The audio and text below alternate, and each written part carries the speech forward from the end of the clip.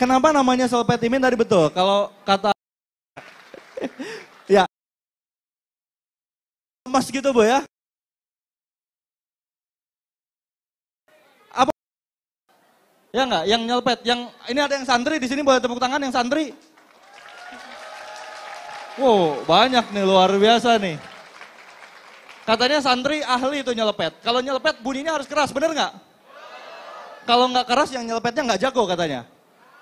Maka siapapun yang ada di sini harus berani bersuara dengan keras. Jangan takut karena kita ada di Yogyakarta, Indonesia, bukan di Wakanda. Jadi semuanya harus bicara dengan keras tanpa rasa takut.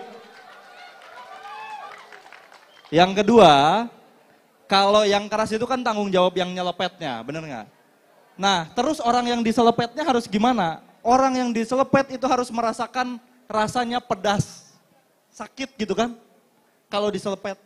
Jadi, diselepet imin ini bukan pertanyaan-pertanyaan normatif yang dikeluarin. Nggak usah teman-teman angkat tangan mau nanya ke depan terus nanya, Gus Imin apa kabar? Enggak. Di sini pertanyaannya harus pedas, di sini pertanyaannya harus nyelepet Gus Imin. Jadi syaratnya untuk memulai acara selepet imin ada dua. Jangan takut untuk berbicara keras, bersuara dengan lantang, dan yang kedua, pastikan apapun yang disampaikan, apapun yang ditanyakan adalah pertanyaan yang pedas-pedas. Siap Jogja? Jogja sudah siap? Tapi sebelum itu, saya nggak mau langsung panas-panas, saya pengen tahu, kalau orang-orang Jogja, pengen apa sih yang menjadi aspirasinya? Jadi sebelum kita menyambut Gus Imin, saya pengen dengar dulu nih dari teman-teman. Ada nggak yang mau menyampaikan apa yang menjadi keresahannya, aspirasinya, dan dirasakan? Jangan pernah berpikir kalau aspirasi itu harus hal yang berat-berat. Tapi dimulai dari apa yang kita rasakan sehari-hari. Boleh? Ada yang mau menyampaikan? Teman-teman dari belakang? Ibu mau Bu? Boleh Bu, ke depan Bu. Nanti kita keliling dari sini dulu ya. Silakan Ibu.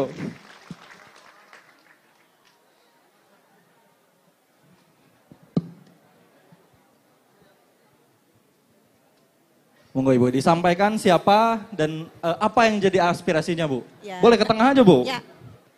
Nama saya Ibu Nungki, kebetulan saya itu seorang ibu dan pelaku UMKM. Jadi saya itu bakul tempe Mas. Bakul tempe? Ya.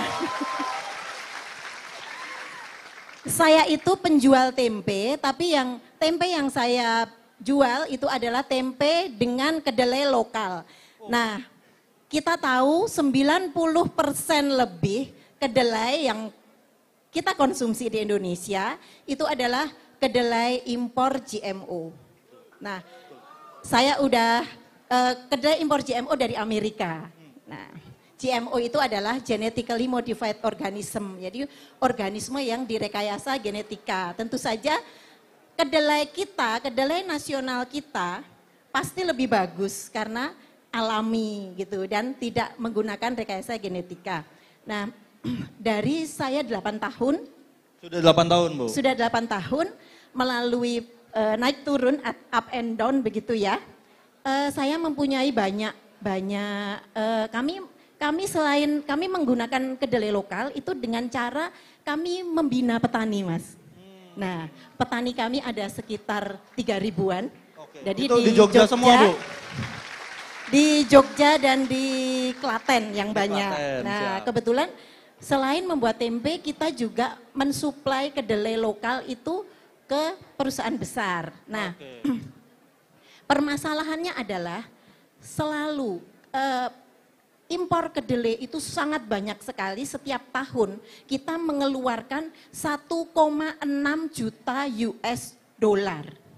Nah, itu banyak. 1,6 miliar. Gitu ya. Jadi itu setara berapa triliun gitu ya, nggak tahu nih kalkulator banyak saya. Aja pokoknya Bu nah ya. Banyak.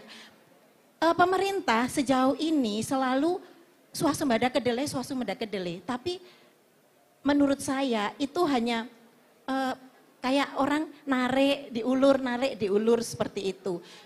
Kami belum melihat kesungguhannya, makanya ini saya di antara anak muda, saya harus kesini, saya harus menyampaikan aspirasi. Nanti bagaimana Amin eh, Amin itu bagaimana mau memperjuangkan kedelai kita, begitu.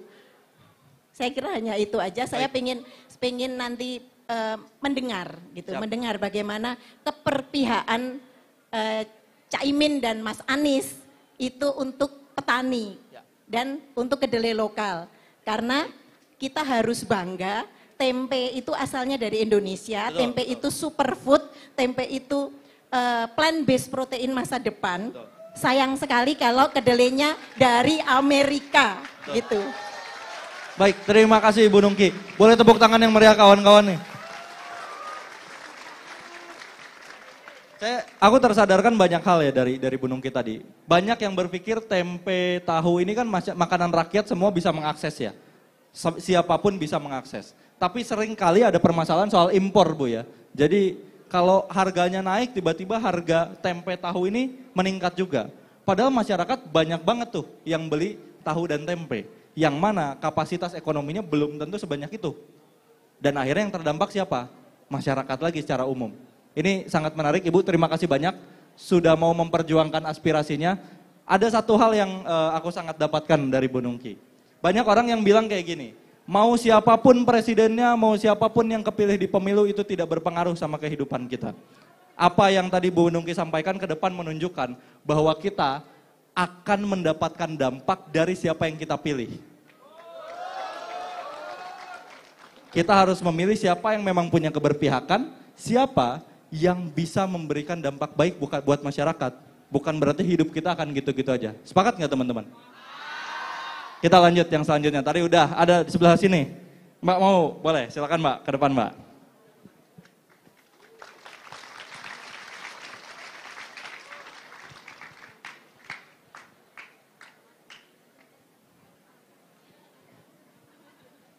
Ya, monggo. Ya, terima kasih. Teman-teman semuanya, perkenalkan nama saya Gelatik Nae. Saya adalah warga baru Jogja sejak Oktober 2023.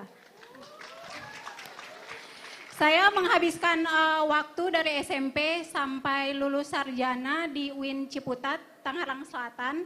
Kemudian hampir 18 tahun menghabiskan waktu hampir setiap hari di Jakarta Selatan dan Jakarta Pusat.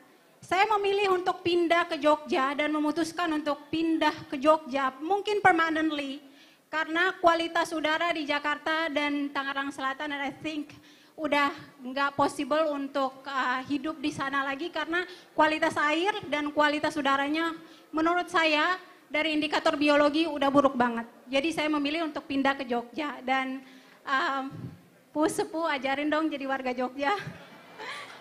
Ya, saya cukup terenyuh kemarin di debat Capres setelah beberapa kali Caimin di roasting di X, kemudian beliau belajar dan akhirnya pada debat kemarin saya cukup terenyuh soal beliau mention soal etika lingkungan. Ya. Tapi tentunya siapa saja di pemilu ini pada saat mereka kampanye boleh mention soal etika lingkungan. Pak Jokowi juga dulu kita berharap dia selaku alumni kehutanan berbuat banyak untuk hutan di Indonesia, tapi ternyata enggak. 2 periode Presiden Jokowi buruk sekali dampak lingkungannya.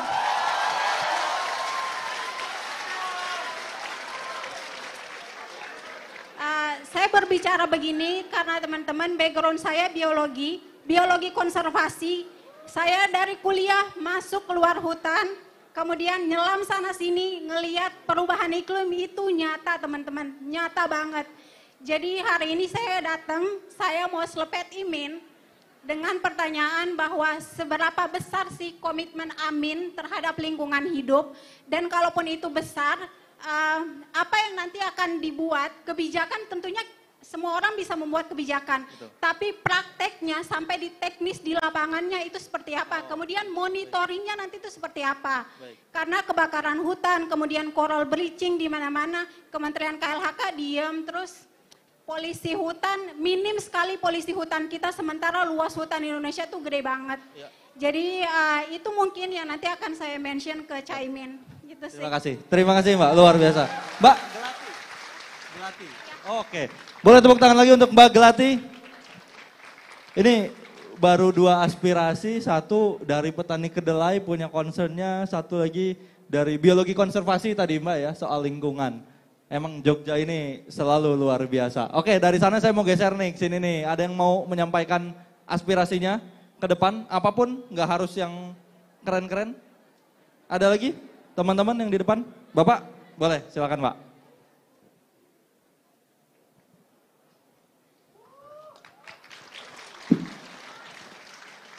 Sini aja Pak, lewat ke sini. Ya.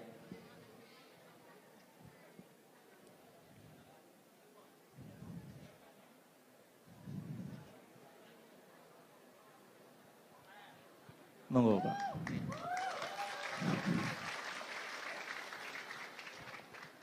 Udah nyala. Assalamualaikum warahmatullahi wabarakatuh. Waalaikumsalam. Perkenalkan, nama saya Sugeng Prayitno. Saya di sini tadi mendaftar atas nama organisasi kepemudaan karena saya sudah pernah mengurusi di kepemudaan di kampung. Nah, kebetulan di sini saya juga membawa sebuah buku yang saya tulis yang saya ingin untuk menyerahkan ke Caimin.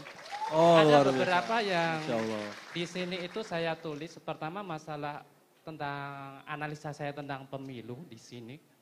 Insya Allah dalam analisa saya itu nantinya akan dimenangkan oleh pasangan 01 dengan selisih. Tetapi dengan selisihnya di bawah 10%. Oh iya. Oke, itu. Yang berikutnya lagi saya di sini sedikit sepertinya dalam debat-debat kemarin itu belum banyak dibahas tentang masalah pertama masalah pembangunan yang masif itu tidak diimbangi dengan sepertinya untuk analisa untuk keamanannya. Salah satunya misalkan di Kalimantan itu kan kalau kita amati di situ penempatan dari aparat keamanan itu masih sangat terbatas, terutama di utara di situ. Jadi saya mau seberapa besar dari Caimin nanti dari Amin untuk penyiapan di bidang intelijennya di situ, terutama di bagian utara itu sebenarnya perbatasan ya. Perbatasan sangat ramah sekali. Yang kedua masalah pembangunan infrastruktur, baik itu dari bandara dan sebagainya banyak sekali di situ. Tentunya teman-teman yang ada di berbagai wilayah bisa menilai sendiri dan menyaksikan sendiri di situ. Tetapi belum semuanya itu berfungsi sebagaimana mestinya. Nah, dalam salah satu buku yang saya bahas di sini, saya sedikit mengusulkan atau mungkin dianggap sebuah kecandaan. Jika itu memang belum berfungsi, mungkin bisa difungsikan salah satu misalkan di satu bandara misalkan itu belum berfungsi ya gunakan saja sebagai tempat wisata terlebih dahulu atau pusat kuliner dan sebagainya gitu. Daripada nggak jadi bandara ya. Daripada bandaranya kosong nggak ada yang membuka penerbangan di sana gitu guys. Salah satu itu mungkin nantinya mungkin buku yang akan saya berikan. Nggak apa-apa Mas, nanti aja biar langsung ke Caimin. Oh, iya, jangan ke saya. Ya, terima kasih. Biar nanti kita Itu kasih dulu ya, kesempatan terima kasih. untuk disampaikan ke Gus Imin. Yes. Terima kasih Mas ya. Dengan Mas Sugeng. Mas Sugeng. Oke, boleh tepuk tangan untuk Mas Sugeng. Terima kasih Mas. Oke, ada lagi kawan-kawan yang mau menyampaikan aspirasinya? Mas, boleh. Nanti ya kita geser biar ngurut lebih enak. Boleh, monggo Mas. Bisa lewat kanan, kiri. Masnya di tengah soalnya.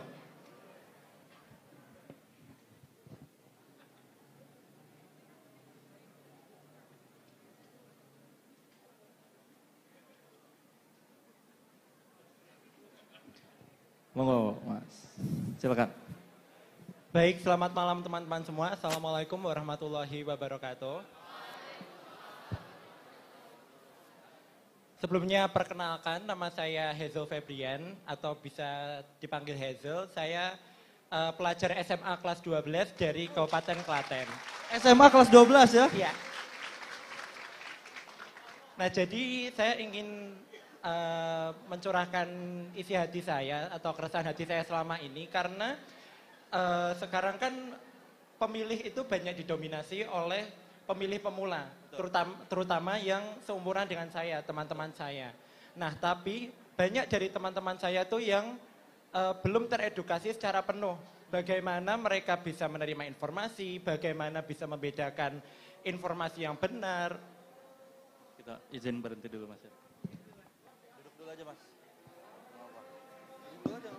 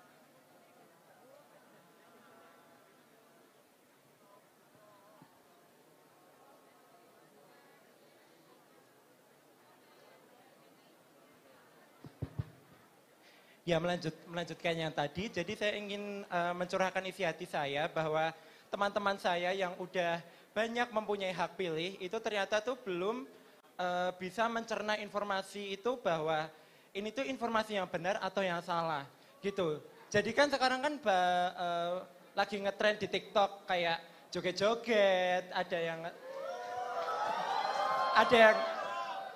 ngetrend gimmick-gimmick buat hoax, ngelawan buat misinformasi tentang lawan. Nah, itu tuh yang banyak teman-teman saya percaya. Padahal itu tuh bukan sesuatu yang benar. Nah, setelah saya cari tahu, itu tuh ternyata banyak dari teman saya tuh yang tidak melakukan literasi. Apakah ini informasinya sudah benar atau belum? Apakah informasi ini tuh benar adanya atau tidak? Nah, saya harap nanti ketika Caimin sudah datang, saya bisa bertanya kepada Caimin gimana cara untuk meningkatkan minat baca atau literasi di Indonesia. Karena menurut survei dari UNESCO bahwa hanya ada satu dari 1.000 orang yang memiliki minat atau rajin membaca buku ataupun artikel-artikel. Hanya 1 dari 1.000 orang. Nah, saya harap nanti saya bisa bertanya tentang hal itu ke Caimin dan bisa foto bareng juga sama Caimin. Oke, terima kasih. Mungkin cukup Mas, Siap. terima kasih. Terima kasih Mas Ezo.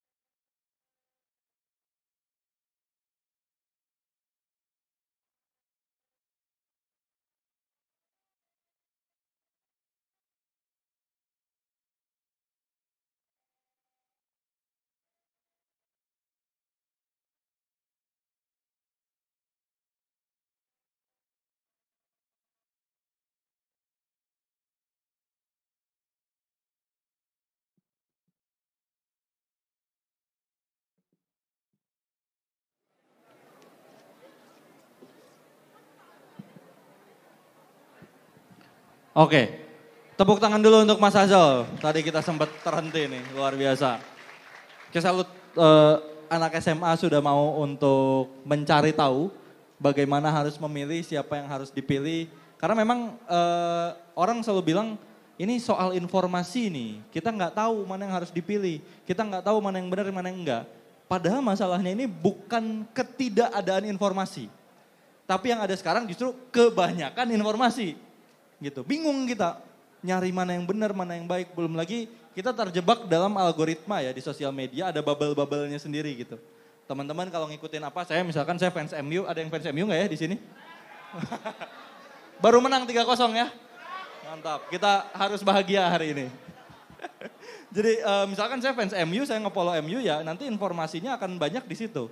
Dan itu juga yang terjadi mungkin sama kita ketika kita nge-follow teman-teman kita yang cukup banyak berinteraksi dengan konten-konten tertentu. Makanya ini harus jadi perhatian buat kita. Salah satu caranya apa? Kita semua yang merasa tahu, yang merasa punya informasi, yang tidak menyesatkan, itu ikut untuk menyebarkan informasi. Itu yang paling penting. Karena kalau kita nggak menyebarkan informasinya, padahal kita tahu informasinya, terus siapa yang akan menerima informasi itu selain kita sendiri? Gitu Buknir. Kita geser, ada lagi yang mau menyampaikan aspirasi? Yang depan dulu ya, boleh Mbak. Silakan Mbak. Boleh tepuk tangan.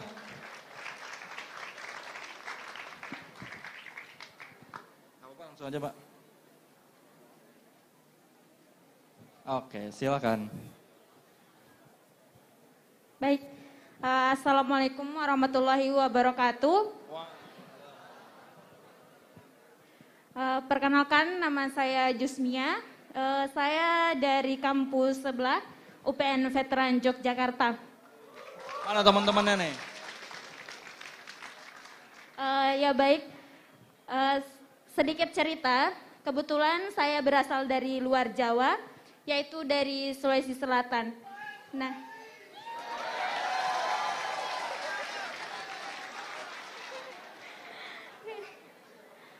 Nah, kebetulan saya dari Sulawesi Selatan, tinggalnya di pelosok, yaitu desa. Nah, sementara yang ini bisa diluruskan ya nanti apa saya salah, kan salah satu debatnya itu yaitu mengembangkan desa ya, mengembangkan desa, kalau nggak salah 40 desa. Nah, saya ingin mempertanyakan, kan di dalam sebuah desa itu ada yang namanya sekolah. Nah, kebetulan salah satu sekolah saya, SMP saya itu yang menurut saya masih ketinggalan jauh dibandingkan yang lainnya, apalagi itu berada di desa. Bayangkan dalam satu kelas itu cuma terdiri dari 20 siswa saja. 20 SMA ya? Itu SMP. Oh SMP, oke. SMP 20 siswa saja. Dan sementara sampai sekarang ini saya melihat SMP saya itu masih belum ada perkembangan baik dari pembangunan, terus mahasiswanya belum ada peningkatan. Sampai sekarang saya masih lihat seperti itu saja. Jadi yang saya pertanyakan untuk pemerataan pendidikan di Indonesia bagaimana? Apalagi tujuan saya kuliah di Jogja yaitu pengen mengetahui bahwa apa sih perbedaan yang ada di Jawa dengan di luar Jawa. Dan menurut saya itu benar-benar beda banget untuk orang-orang yang berada di luar Jawa ya. Yang saya anggap masih ketinggalan jauh dibandingkan fasilitas-fasilitas yang ada di Jawa. Kalau boleh tahu apa Mbak perbedaan yang dirasa itu? Perbedaannya yang pertama pastinya pembangunannya. Yang kedua ya tenaga didiknya juga belum merata. Terus juga sarana dan prasarana juga tidak memadai banget menurut saya untuk dikatakan sebagai kondisi dalam didikannya. Nah, terus saya ingin juga bertanya yang kedua mengenai BPJS ya. BPJS. Ini kan dari Pak SBY ya. Pak SBY kan cuman melihat KK sama kartu keluarga dan KTP ketika ingin berobat ke rumah sakit. Tetapi pada masa pemerintahan Pak Jokowi, dia mengeluarkan namanya BPJS. Ada yang namanya BPJS Mandiri ya. BPJS Mandiri ini jika untuk kalangan menengah ke bawah, dia itu harus membayar setiap bulannya. Sementara yang kita ketahui bahwa kalangan menengah ke bawah ini untuk makan saja harus memenuhi setiap bulannya ya. Nah, kadang ada yang memilih untuk tidak melanjutkan karena alasan ya ekonomi ya. Nah, terus untuk selanjutnya bagaimana dengan BPJS ini? Apakah masih dilanjutkan atau ada pilihan yang lain? Karena menurut saya sangat berpengaruh ke bagian daerah-daerah kayak gitu. Terima kasih. Oke, Mbak siapa tadi? Iya. Mbak Junia, boleh tepuk tangan untuk Mbak Junia. Terima kasih banyak Mbak. Tadi sedikit Mbak, yang mau dibangun itu 40 kota baru. Mungkin saya sedikit menambahkan soal itu. Tadi soal pendidikan dan kesehatan yang sering disampaikan oleh pasangan Amin adalah bagaimana pemerataan itu harus diwujudkan. Kalau kita bicara pemerataan, maka seluruh wilayah Indonesia dari barat sampai ke timur. Bukan satu titik aja. Jadi membangun pemerataan itu bukan membangun simbol pemerataan lewat IKN.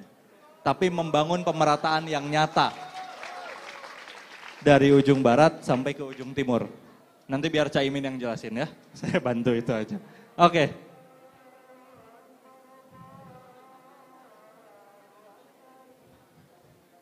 Oke.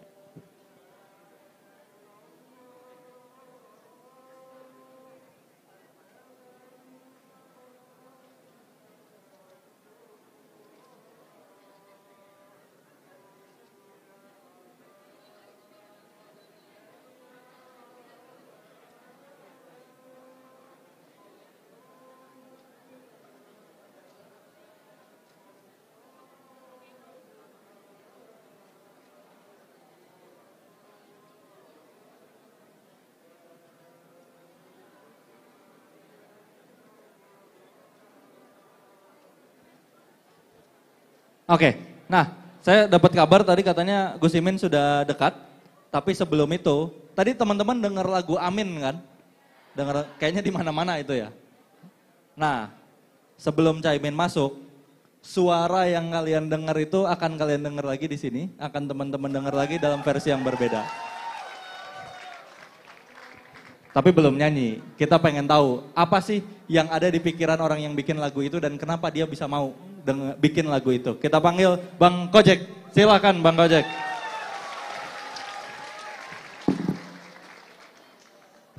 Cek. Assalamualaikum warahmatullahi wabarakatuh. Jauh-jauh dari Jakarta suaranya segini doang. Segini doang Jogja. Assalamualaikum warahmatullahi wabarakatuh.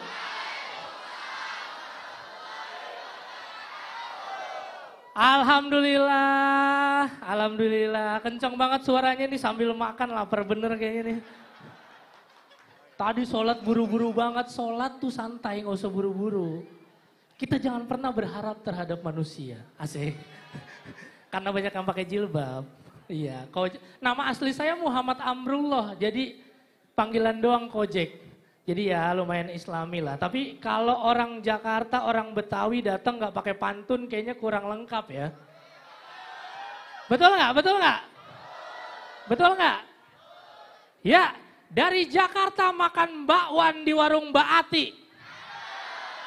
Yuk kita lawan politik dinasti.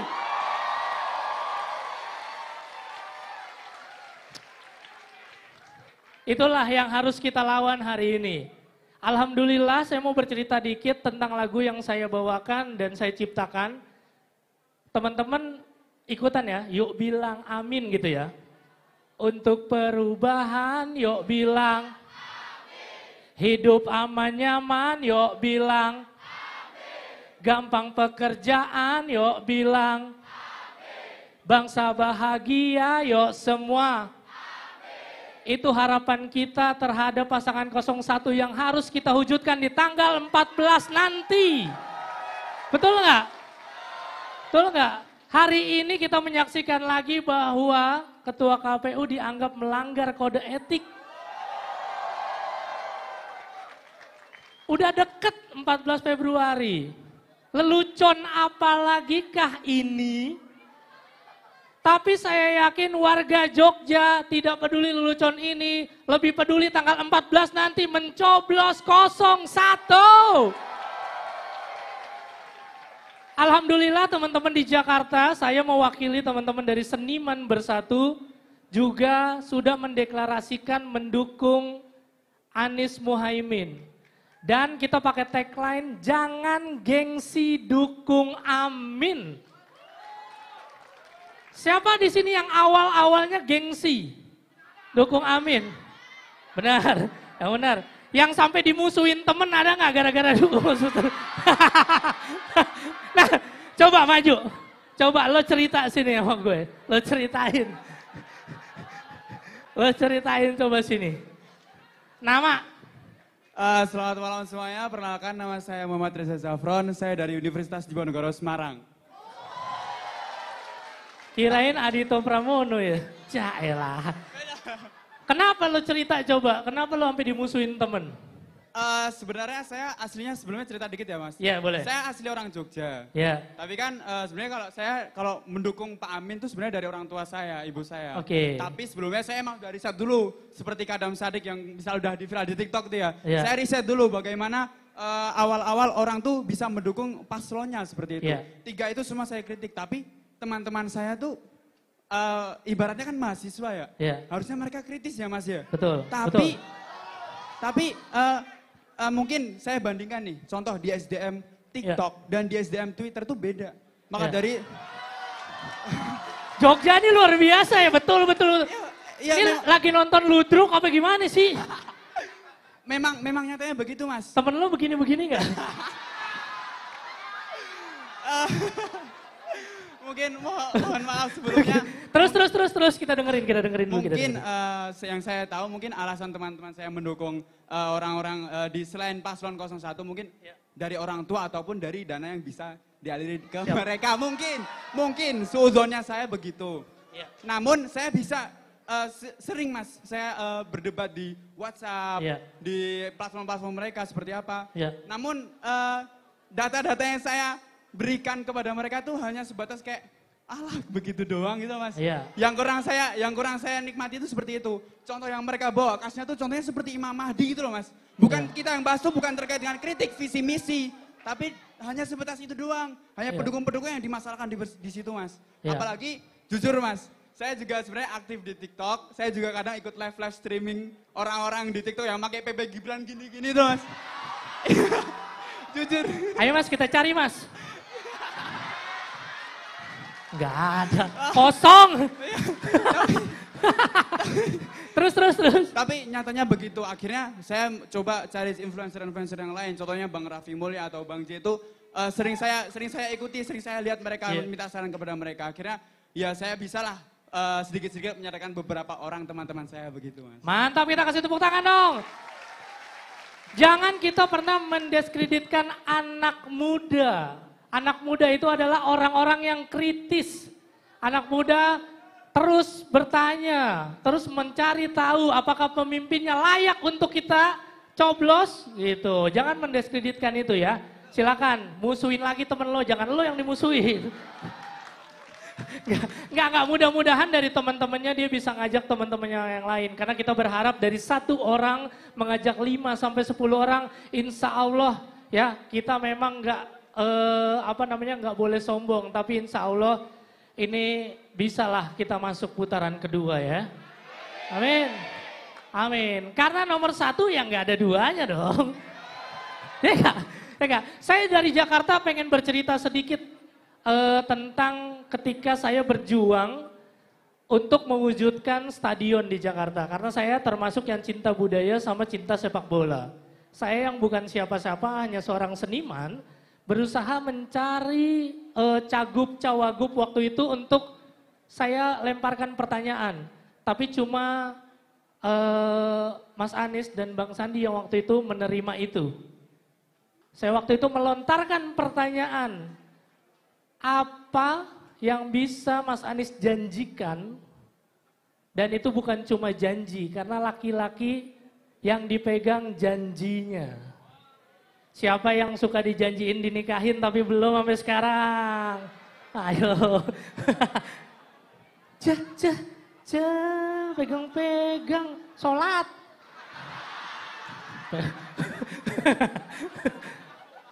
Kalau pergi kata orang tua pakai celana panjang biar gampang sholatnya. Celana pendek lagi. Akhirnya ketika saya bertanya itu mulailah.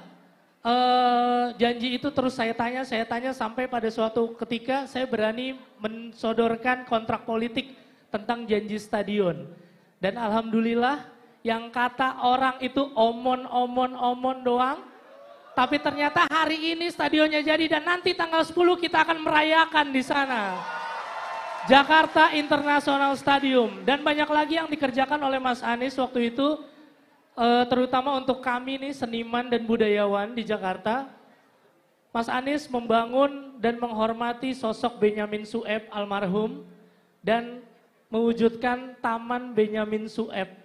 Dan itu adalah wujud nyata dari program-program yang direalisasikan. Jadi insya Allah saya adalah saksi Mas Anies, insya Allah sekarang dengan Caimin akan merealisasikan semua janjinya. Amin, amin ya robbal alamin. Siapa yang mau cerita lagi yang sampai dimusuhin orang tua kali?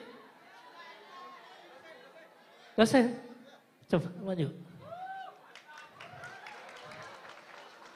Seru ya kalau di sini ya, padahal tanpa duit dan bansos ya. Saya turun di Solo loh, hari ini dari Jakarta saya turun di Solo. Dan dari Solo saya datang ke sini dan rasa lelah itu hilang ketika melihat keramaian di hari ini tanpa uang, betul nggak?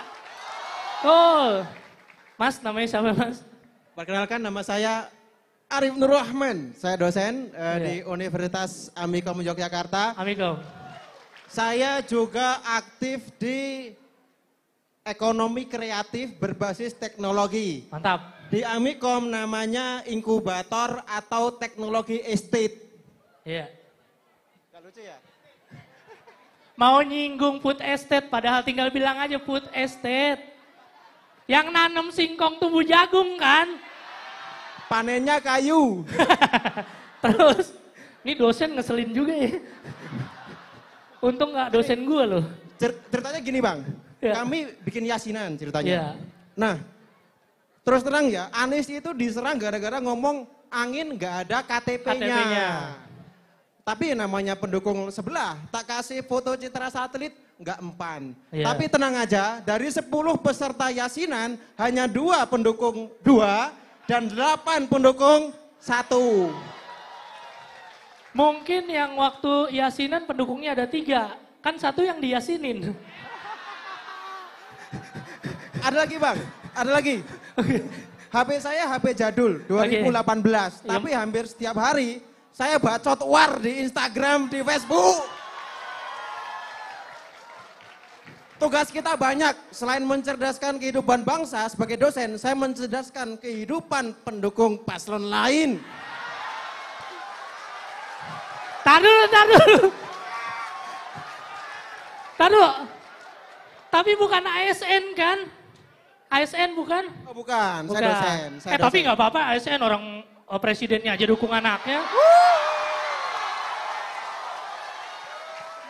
Ya, lagi loh. Oke, sebelum saya turun dari panggung ini, saya mau bagi-bagi dulu kaos. Ya, nggak gitu.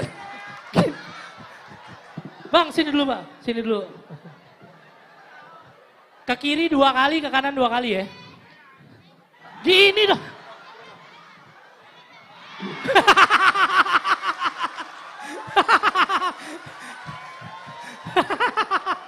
Aduh, terima kasih untuk dosen Amikom. Kita tuh udah takdirnya ada di Amikom. Amikom, Anies Muhaimin itu kompak. Ya kan? Mudah-mudahan habis dari sini makin banyak kampus yang bisa bersuara untuk perubahan. Gak apa-apa lah dituduh-tuduh buzzer gitu ya. Gila, dibilangin orang tua nggak bisa. Dibilangin ustadz nggak mau. Dibilangin dosen masih aja. Lo mau dibilangin siapa? Kebanyakan asam sulfat lo. Enggak, jadi kita juga pengen menampung nih, selain itu saya satu pertanyaan ya. Ada nggak di sini seniman yang punya keresahan? Karena kita akan menampung aspirasi seniman untuk kita kasih ke pasangan 01. Ada nggak seniman di sini? Siap. Oh, rambut udah gondrong, yuk. Mantap. Iya. Kayak anak magang ya. Yang ini nih, yang ini.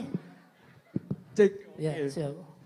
Sebelumnya perkenalkan, nama saya Farid. Saya dari mahasiswa salah satu kampus seni di Yogyakarta. Ya. Ya, mungkin saya mau menyampaikan keresahan saya, Mas. Siap. Terkait di dunia seni ya, soalnya saya juga basicnya dari dunia seni. Ya. Menurut saya, kesejahteraan para seniman itu masih kurang, Mas. Iya. Banyak asumsi-asumsi orang bahwa kuliah di seni kamu mau jadi apa? Daftar susah. daftar kerja kalau label kita dari seni itu emang susah Mas cari kerja. Jadi menurut saya kesejahteraan para seniman di Indonesia harus mesti diperhatikan Mas. Ya. Semua seniman berhak untuk sejahtera Mas. Tahu nggak solusinya? Makan siang gratis. Ya, siap. Insya Allah Anies Muhaimin ada 28 simpul yang salah satunya adalah mendukung ekonomi kreatif. Akan membangun ruang-ruang apresiasi di kota-kota besar yang ada di Indonesia. Insya Allah kita akan kita perjuangkan. Jangan lupa follow Seniman Bersatu biar kita sama-sama berjuang untuk kesenian dan kebudayaan Indonesia. Terima kasih. Ya, yuk sebelum gue turun dan bentar lagi Gus Imin hadir, mau membakar lagi semangatnya untuk perubahan, yuk bilang. Hidup aman nyaman, yuk bilang. Gampang pekerjaan, yuk bilang. Bangsa bahagia, yuk semua. Gue juga pengen ngajarin salah satu, jadi video klipnya sudah ada di YouTube. Itu judulnya Amin. Saya yang bawakan Kojek dan di situ ada juru bahasa isyarat. Jadi kalau kita mau sama-sama bilang, yuk bilang amin, caranya seperti ini. Yuk, bilang, buka kamu, bilang, amin. Walau kita hening habis ini kita sama-sama ya. Satu, karena nggak ada duanya ya. Satu.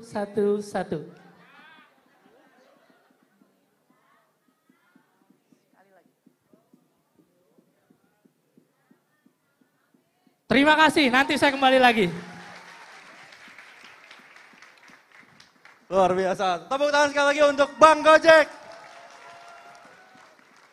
Jelajahi cara baru mendapatkan informasi. Download Metro TV Extend sekarang.